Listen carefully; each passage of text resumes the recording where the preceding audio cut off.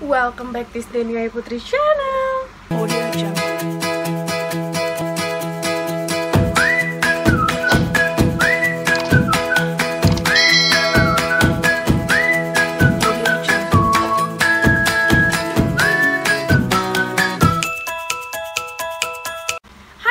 Kembali lagi di video asal-usul, dan di asal-usul kali ini aku akan membahas tentang asal-usul telepon. Terus gimana sih perkembangan telepon itu dari zaman ke zaman. Tapi sebelum ke videonya, jangan lupa kalian subscribe dulu channel Isdenia Putri, terus nyalain notifikasinya supaya kalian bisa update video-video terbaru dari aku. Dan biar aku lebih semangat lagi bikin video setiap harinya, karena subscribe kalian adalah bukti kalian terhadap channel aku, bukti dukungan guys. Oke, let's start to the video guys. Jadi komunikasi di zaman sekarang ini, komunikasi jarak jauh tuh udah menjadi hal yang lumrah. Jadi satu ada di mana, satu ada di mana, itu nggak apa-apa, nggak usah sedih bor, lo bakal tetap bisa ngegosip. Terus komunikasi kita itu juga udah banyak banget bentuknya.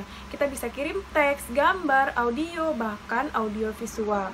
Tapi kalian tahu nggak sih guys, sebenarnya kapan telepon itu muncul di Indonesia? Jadi aku bakal ceritain. Ternyata telepon itu muncul di Indonesia saat Belanda membangun saluran telepon ke Batavia, yaitu tepatnya pada tahun 1882. Pipinya agak cabi ya guys ya. 1882, dan penyedianya adalah Posturgent. Nah, gue nggak tahu nih baca gimana ya, tapi tulisannya Posturgent Telegrafi Telepon atau yang disingkat dengan PTT. Terus pada saat itu perusahaannya itu masih milik pemerintah kolonial. Dan pada saat itu guys, itu telepon tuh kayak lagi-lagi yang kayak hype banget gitu loh guys. Jadi telepon itu hype di kalangan orang-orang kaya dan juga pejabat. Dan tahu nggak, ternyata saluran telepon internasional pertama kali itu terjadi pada tahun 1929, yaitu yang dilakukan dari Hindia Belanda dengan tujuan Amsterdam yang berjarak 12.000 km. Itulah asal-usul kapan pertama kali telepon ada di Indonesia. Terus perkembangan telepon dari zaman ke zaman itu, yang pertama ada namanya telepon engkol. Nah, telepon engkol ini adalah telepon generasi pertama yang ditunjukkan ke publik. Terus dia masih memiliki jaringan yang tetap berkabel. Dan juga dia itu nggak punya tombol-tombolnya guys. Si telepon engkol ini hanya memiliki tuas, jadi kalau penggunanya mau menggunakan telepon ini, tuasnya harus diputar dulu, barulah telepon ini bisa digunakan. Terus dia tuh nggak langsung menuju ke tujuan yang kita ingin telepon, jadi kayak ada operatornya gitu loh guys. Jadi kan kita telepon nih, ntar ada yang jawab, "Hello, Isdenia Putri speaking," gitu kan. Nanti dia bakal nanya mau ditujukan ke saluran berapa atau ke nomor berapa. Jadi agak ribet gitu guys, kayak telepon berantai. Yang kedua ada namanya telepon putar. Telepon putar ini gue pernah lihat nih guys, kalau beli mainan anak-anak pasti ada nih telepon ini. Telepon putar ini memiliki angka atau nomor 1 sampai 0. Jadi cara menggunakannya dia kayak ada bolong gitu guys di angka satunya, terus nanti kita masukin jari kita. Nah, kita putar tuh sampai dia bunyi klik. Kalau udah klik itu artinya tombol yang kita tekan itu udah kepencet. Nah, gitu lah ya. Terus telepon ini tuh udah punya switch otomatis. Jadi dia nggak perlu pakai operator lagi. Jadi di generasi 2 itu udah nggak pakai operator lagi. Cuman dia masih memiliki sistem yang analog, di mana mengubah gelombang suara menjadi gelombang listrik. Kita masuk ke generasi ketiga. Di generasi ketiga ini namanya adalah telepon bertombol. Telepon bertombol ini seperti namanya, dia itu memiliki tombol-tombol angka, di mana kalau tombol itu ditekan, maka tombol itu memiliki nada dan frekuensi yang berbeda.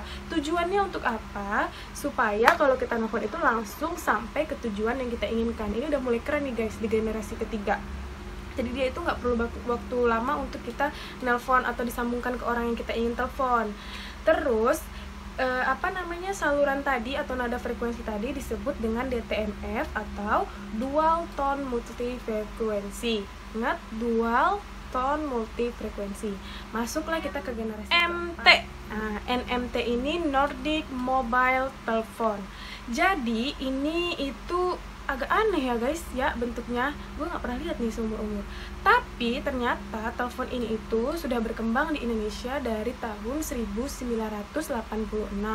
Cuma telepon ini awalnya dikembangkan dulu di Swedia dan Norwegia pada tahun 1981.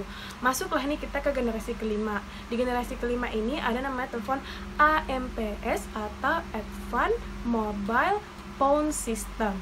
Jadi ceritanya pada tahun 1991 Telkom membangun kerjasama dengan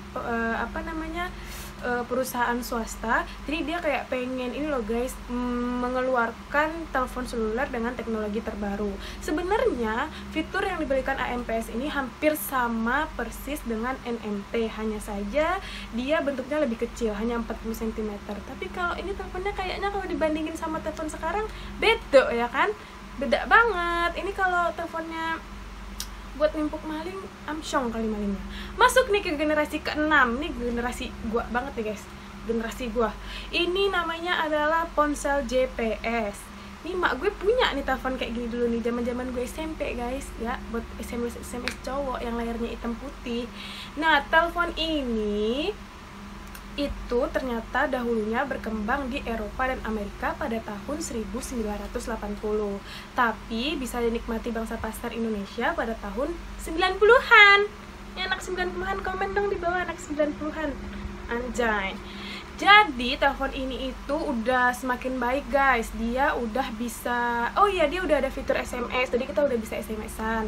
Terus dia juga udah punya jangkauan yang sangat luas, karena pada waktu itu dia ada 2G, jadi punya jaringan 2G.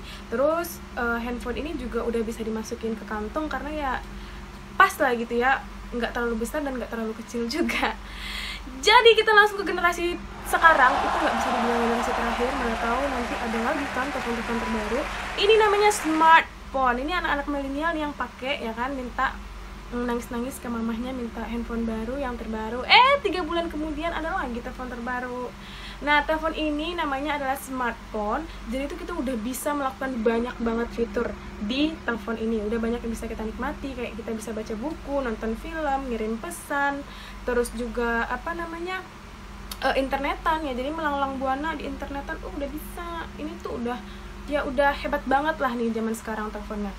Kenapa telepon ini dibilangnya smartphone? Karena fitur yang kita nikmati sudah sama dengan yang diberikan oleh laptop. Jadi sekarang ya, kita tuh kalau mau ngapa-ngapain pakai handphone tuh udah membantu banget. Kayak kerja, tugas kuliah, ya kan?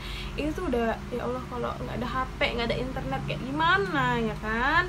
Nah, itulah tadi guys, asal-usul telepon, terus gimana sih perkembangan telepon itu dari zaman ke zaman. Tapi aku sebelum berakhir video ini aku mau tanya, sampai sekarang nih kalian umur segini, kalian tuh udah punya telepon atau udah ganti HP itu berapa kali? Aku di usia aku 25 tahun, aku baru ganti HP 5 kali guys. Kalian udah berapa? Ayo komen di bawah, Oke, sekian dulu video dari aku. Jangan lupa untuk kalian like dulu videonya, terus share videonya ke seluruh sosial media yang kalian punya. Jangan lupa komen di bawah kalian pengen aku bikin video apa lagi, atau mau bahas asal-usul tentang apa lagi.